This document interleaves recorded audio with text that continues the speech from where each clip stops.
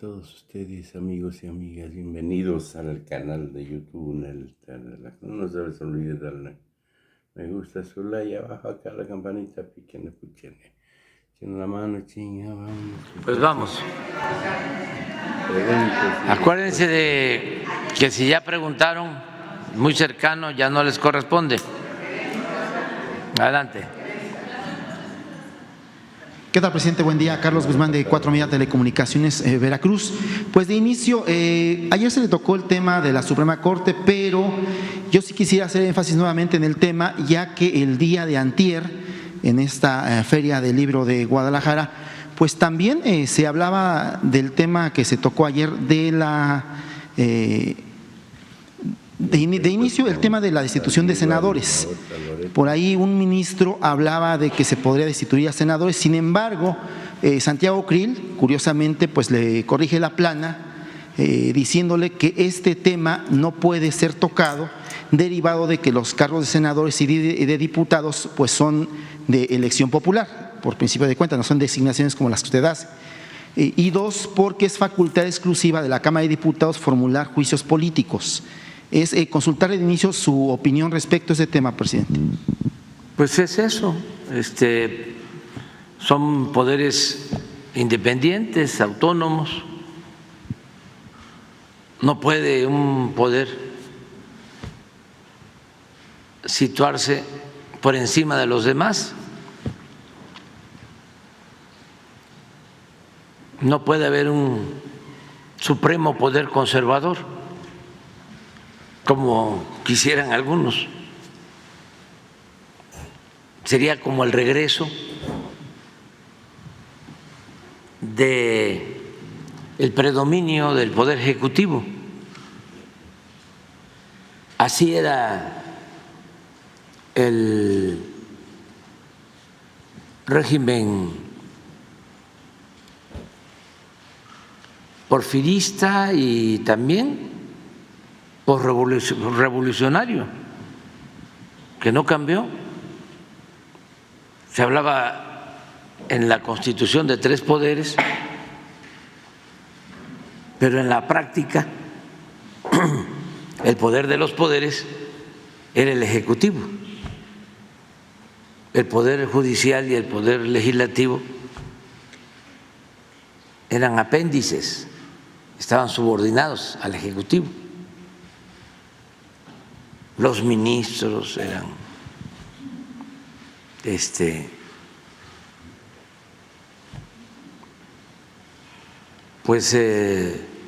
subordinados al presidente, los legisladores. Todo esto se creó en el porfiriato. Porfirio Díaz ponía a los gobernadores, que por lo general, en su mayoría, eran hombres de su confianza, hombres fuertes, la mayoría militares, que tardaban gobernando un estado 15, 20 años. En la mayoría de los estados gobernaron 2 en 34 años. 2, hasta que morían, los quitaban. Un poco lo que él significó a nivel nacional. Y lo mismo los diputados y los senadores. Él los nombraba. Se sabía de antemano quién iba a ser diputado, quién iba a ser senador. Llegó la situación a ser tan especial porque, como siempre se reelegían, ya no quedaban lugares, siempre eran los mismos. Hay un ensayo de Alfonso Reyes sobre su maestro de la Escuela Nacional Preparatoria,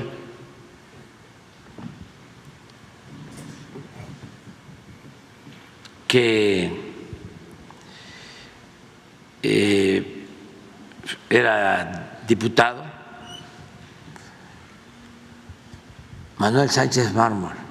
Si me tardo es por el post-COVID y los 70, y ya estoy chocheando.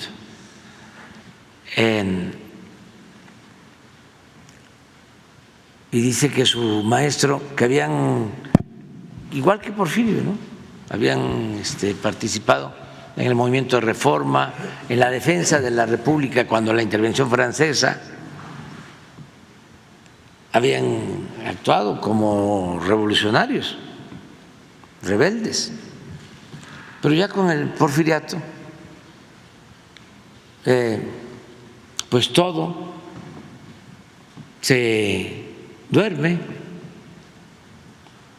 y los diputados tardaban mucho, y dice Alfonso Reyes que su maestro, Sánchez Mármol, pasa de ser diputado a ser senador, y era una silla más cómoda, más muelle, y ahí dormido falleció su maestro. Pero así era, ¿sí? Entonces, también esa es una diferencia con relación a Madero, de Porfirio Díaz a Madero. Porfirio Díaz sabía de antemano quién iba a ser diputado, senador. Es más, se pasaba el tiempo de la elección y Chavero, por ejemplo, ¿no?, recuerdo, entró de diputado ya después de que había pasado la elección. Se respetaba la Constitución en la forma, pero se violaba en el fondo. Entonces, todo eso se trasladó, porque además 36 años se traslada después de la Revolución. Ni la Revolución pudo con eso, cambiar eso. La Revolución indudablemente logró cambios en el terreno económico y social, pero en el terreno político no. Se quedó pendiente la demanda de Madero de sufragio efectivo, no reelección, sobre todo lo de sufragio efectivo, voto efectivo, democracia efectiva. En eso no se avanzó. Por eso don Daniel Cosío Villegas, y siempre lo repito, comentaba de que ya no estaba Porfirio, pero se había quedado doña Porfiria. Y no hay democracia, y lo mismo le atribuyen al presidente Ruiz Cortines una regla de oro de la política tradicional, de que el presidente pone a los gobernadores, diputados, senadores, ministros de la Corte, magistrados, jueces, y los gobernadores hacen lo propio en sus estados, designan a los presidentes municipales, a los diputados locales. Eso se mantuvo. Bueno, y toda esa justificación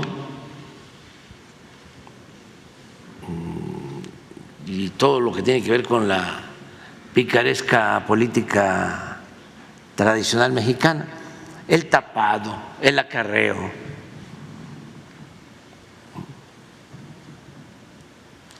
el besamano,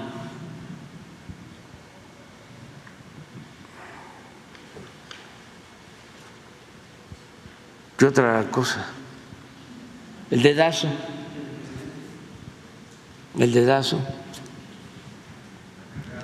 la cargada, todo eso. Entonces apenas y están cambiando las cosas.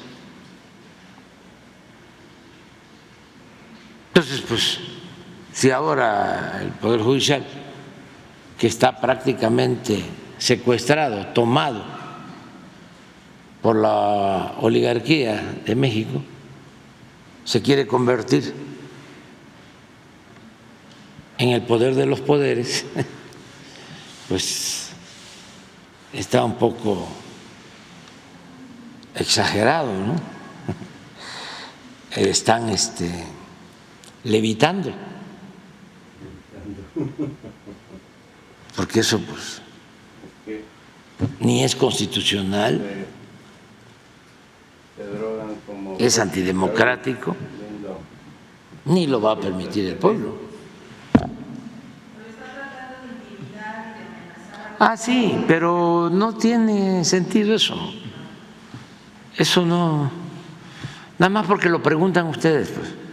Pero la gente está muy empoderada. El pueblo de México está muy empoderado, mucho más que estos órganos de poder formal. ¿Por qué digo de poder formal? Porque al final de cuentas son instrumentos al servicio de grupos de intereses. Están ahí para obedecer órdenes y recibir consignas. Jueces, magistrados, ministros. Es muy lamentable lo que está sucediendo. Miren esto de los jueces. Hay un caso ahí, ¿por qué no lo pones? De un detenido de Sinaloa, famoso, que ofrecen $3 millones de recompensa. Del Nini, ¿no? El Nini, ¿no? No sé cómo se llama, pero… Bueno, así la apodan. Así la apodan. Es su apodo. Pero se detiene, este caso, Néstor Isidro, y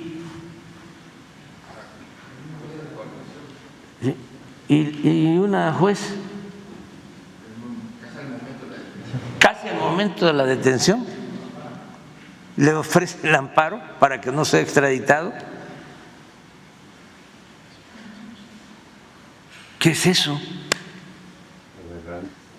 O sea, si esto no es corrupción,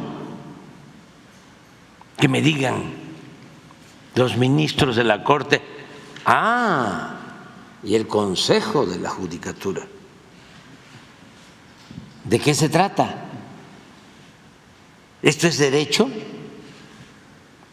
Esto es chueco, a todas luces.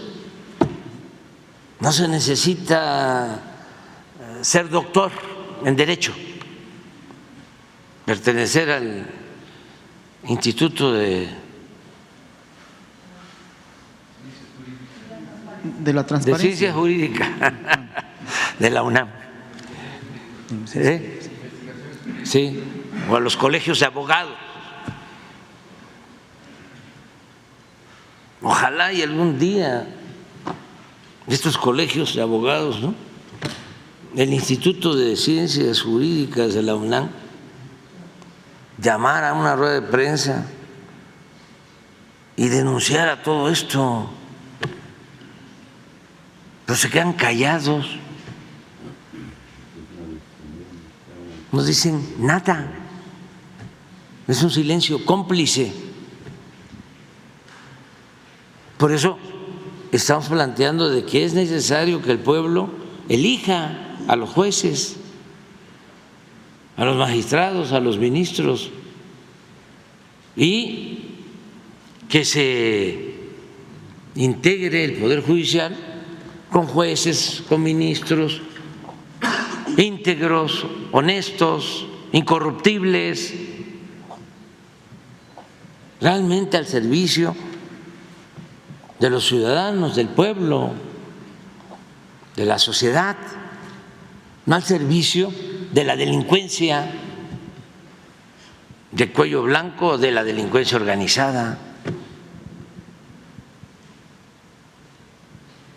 Lo demás es puro asunto leguleyo, que la ley es la ley. ¿Qué argumentos utilizan en estos casos? De que fue torturado, golpeado, y se demuestra que no. Pero cualquier cosa, que no le mostraron el oficio de la orden de aprehensión, que la autoridad que llevó a cabo la detención, ¿cómo es que le dicen? No era lo que tiene que tener una autoridad para detener. Orden de aprehensión. No. Tiene todo, pero es delegada. Sí, no, el que detiene. Primer respondiente. El primer respondiente. No es el primer respondiente. Y le buscan y no fue a las 5:35 de la mañana, sino a las 6:40. Cualquier cosa. Entonces sí hace falta limpiar el Poder Judicial. ¿Y cómo se hace? A ver, se los dejo de tarea. ¿Cómo hacerle? Pues solo con el método democrático, que sea el pueblo el que elija, que se fijen con claridad los requisitos que se necesita para ser un juez, aparte de ser abogado, cuánto tiempo de experiencia,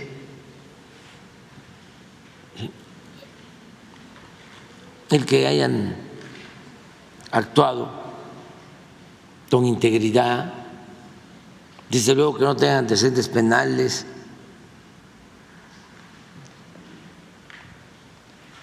y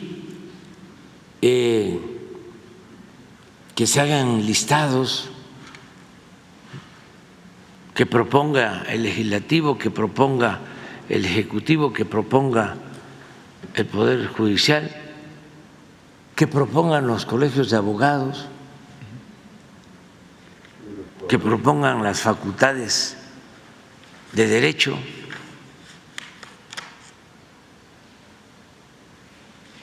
y que la gente vaya viendo quiénes son, de dónde son,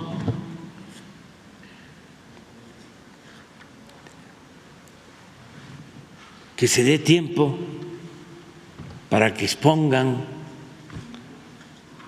que la gente los conozca. Eso es campaña. Que no, en el caso de un candidato se lleva 3 meses, pues es lo mismo, se lleva todo un tiempo y luego viene una elección y la gente decide. Decía Loretta Ortiz respecto al tema, presidente, disculpe la interrupción, decía Loretta Ortiz en esta feria del libro que no se puede hacer el tema de la elección como se lo está planteando usted, porque curiosamente a ella le tocó en alguna situación de su vida profesional tener un testimonio de un juez de Estados Unidos que curiosamente condenó a muerte a un mexicano, en el cual decía que esta condena de muerte hacia un mexicano, le preguntaba que por qué la hacía. le respondía el juez de que la hacía porque eso le daba más a una especie de bonos respecto a la popularidad que tendría el juez al condenar a muerte a un mexicano. No sé si esto podría aplicarse o condenarse en el tema mexicano de elección. Pues eso también aplicaría en positivo, porque así el juez, si se permite un periodo de reelección o para mantenerse en el cargo, porque se aplicaría también lo de la revocación del mandato, porque no solo es la elección del juez, del magistrado, ministro, la reforma que voy a enviar va a incluir también que exista un tribunal al interior del Poder judicial para que esté pendiente del funcionamiento. Pero eso ya lo haría la judicatura, ¿no? Es su atribución a la judicatura, pero no la judicatura actual, que está, con todo respeto, pasmada, congelada. ¿Conocen ustedes, por ejemplo, esto que estamos planteando? ¿Qué no le corresponde a la judicatura revisarlo? ¿Conocen ustedes de algún juez que esté siendo procesado o que esté en la cárcel? Entonces, son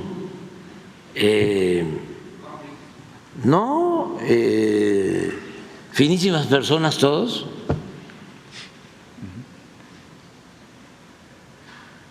¿Es el castillo de la pureza el Poder Judicial? Entonces,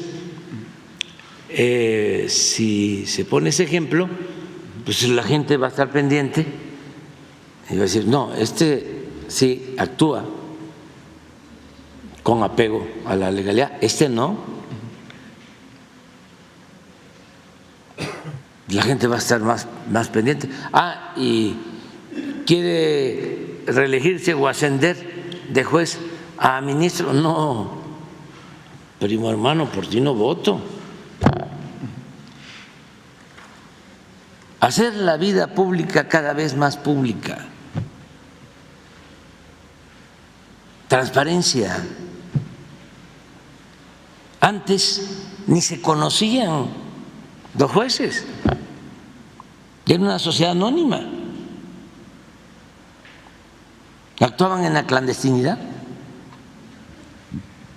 Ni jueces, ni magistrados, ni ministros.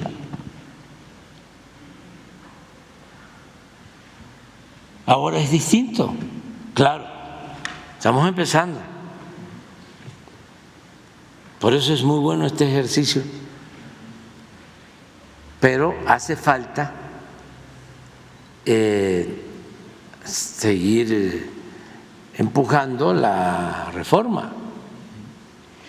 Este caso de elección de jueces podría ser algo similar. Bueno, obviamente se ha politizado mucho el tema de lo que está pasando con Ernestina Godoy, que está a semanas o a días de poder ser ratificada como fiscal de la Ciudad de México. Incluso hoy hay protesta de un grupo que se dice afectado por las decisiones de Ernestina Godoy. ¿Pudiese ser algo de lo que pudiese pasar si es que se busca elegir jueces, o en este caso como fiscales, como la Ciudad de México? Sí, se evita eso. Lo que está pasando en el Poder Judicial, en la Suprema Corte. Se reforma una ley y de inmediato acuden los grupos de intereses creados y se oponen, y los ministros votan en contra del interés público. No hay en el periodo neoliberal ni en los últimos tiempos nada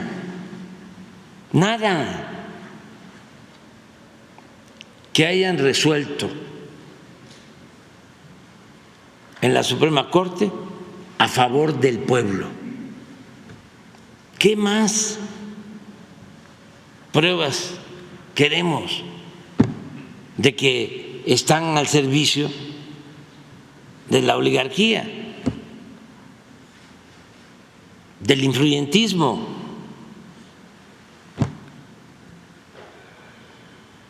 De quienes tienen para comprar su inocencia.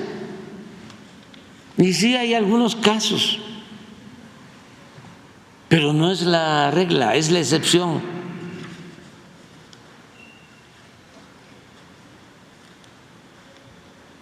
Entonces, sí se necesita la reforma, sin enojarse, sin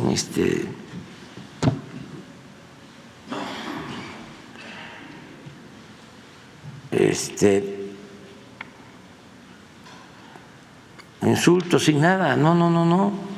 Ellos mismos deberían de atender esto, que era mi propósito, nada más que no pude.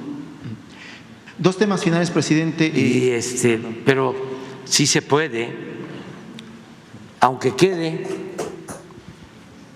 como tarea para adelante, pero ya irlo discutiendo, ventilando, para que si no podemos nosotros, los que vengan detrás puedan llevarlo a cabo. Dicen algunos filósofos asiáticos que un problema bien planteado es un problema medio resuelto. Entonces, si llegamos a plantear el problema, pues ya avanzamos, ¿no? Ya tenemos claro.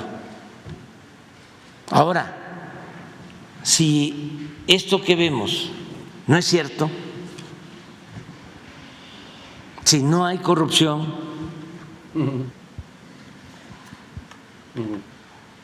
si son excepciones, si no es algo generalizado, si los jueces, sus magistrados, ministros son personas íntegras, incorruptibles, pues también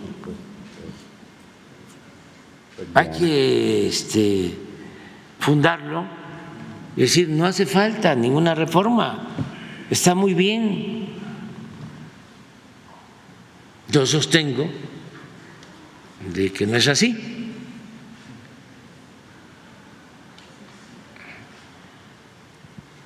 ¿Esta excepción sería Ernestina Godoy, lo que está pasando con la Ciudad de México? No quiero opinar sobre eso, pero en el caso de Ernestina Godoy, pues a todas luces también es un asunto de las cúpulas, ¿no? Porque ella se metió a investigar y a castigar a los que hacían chanchullo, trafique, actos de corrupción con el manejo del uso del suelo en la delegación Benito Juárez, y eran las autoridades, además tenían fama, ¿no?, de gente de bien. Ya saben ese cuento de los conservadores que tienen un doble discurso, una doble moral, que su doctrina es la hipocresía, ¿no? Y son bien corruptos, bien corruptos, y pero se la dan, ¿no?, de gente decente. No pierden para nada, ¿no?, su respetabilidad. Y es un modelo, porque no es nada más unos cuantos, ya hablamos, son millones. Por eso hablo del aspiracionismo. es triunfar a toda costa, sin escrúpulos morales de ninguna índole, pero finge de que tú eres honesto, íntegro, que vas a la iglesia los domingos, que confiesas, que terminaste la licenciatura y que ya tienes una maestría y que incluso estudiaste un doctorado en el extranjero.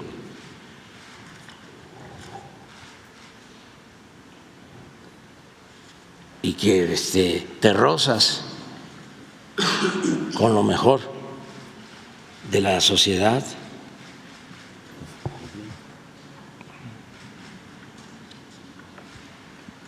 Que si hay un evento de estos donde van los fifís, ahí ves cómo le haces, pero ahí estás presente.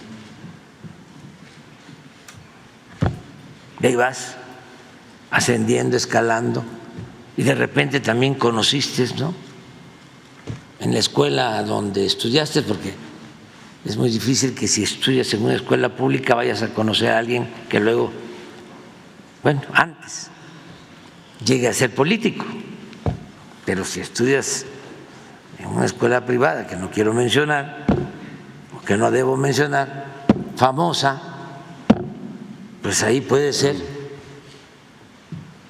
que conozcas al que podía ser secretario de Hacienda y ya la hiciste,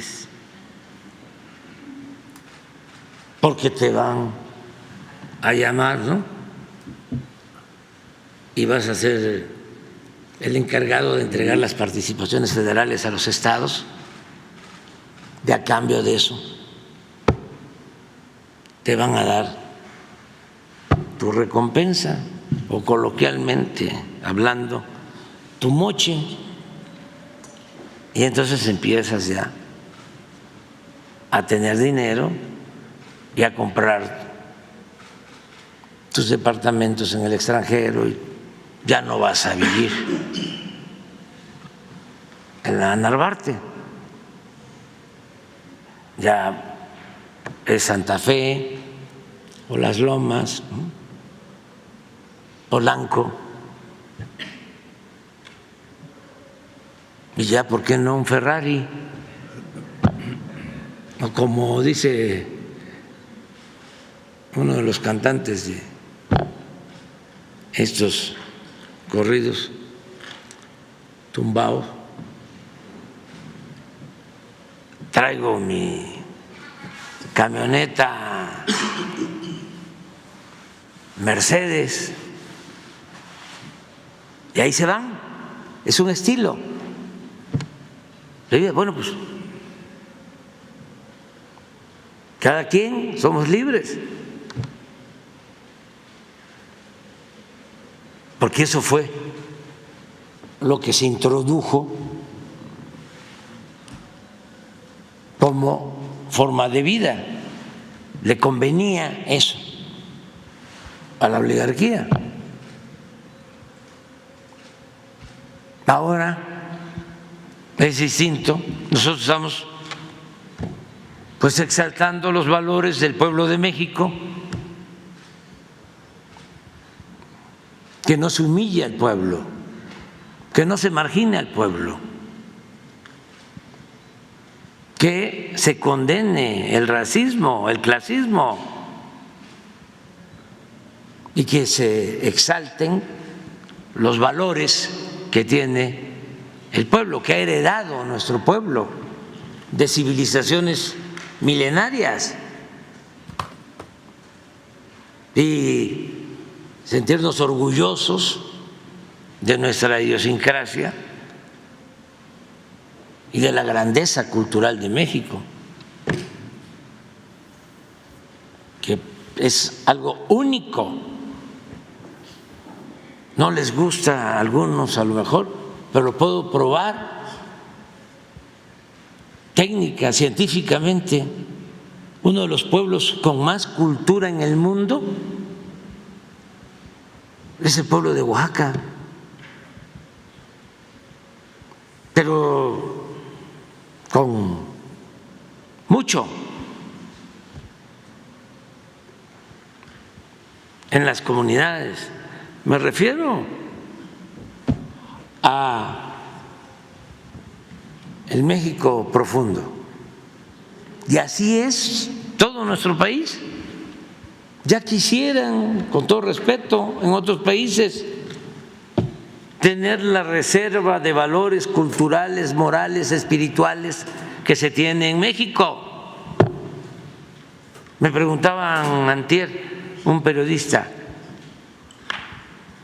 de esos muy buenos periodistas de la cuenca del Papaloapan, me decía, vamos a ser una potencia económica, ¿en cuánto tiempo? O me decía, México va a ser una potencia económica, va a ser una potencia, ¿en cuánto tiempo? Le digo, ya somos una potencia en lo cultural, en lo social. Nomás les voy a dar un ejemplo. Si no somos potencia en lo cultural, en lo social. Miren la diferencia con nuestros hermanos estadounidenses. Lo que ellos están padeciendo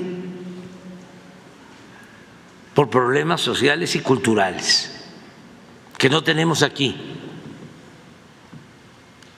El que pierdan la vida 100,000 jóvenes cada año por el consumo del fentanilo.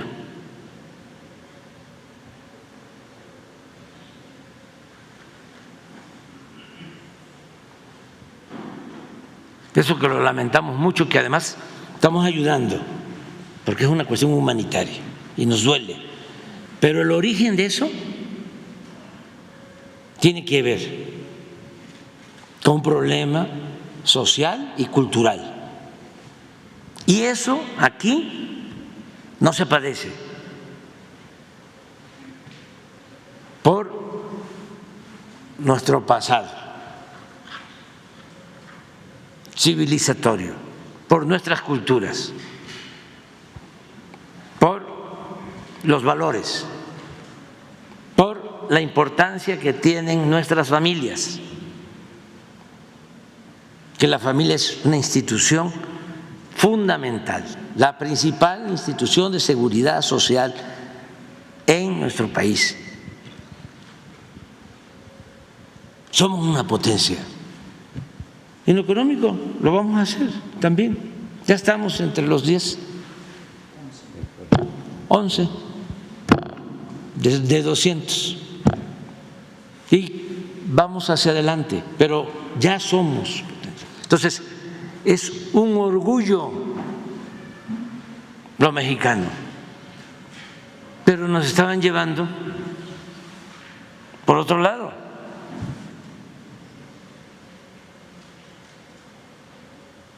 Y tenemos que exaltar lo nuestro, sentirnos orgullosos.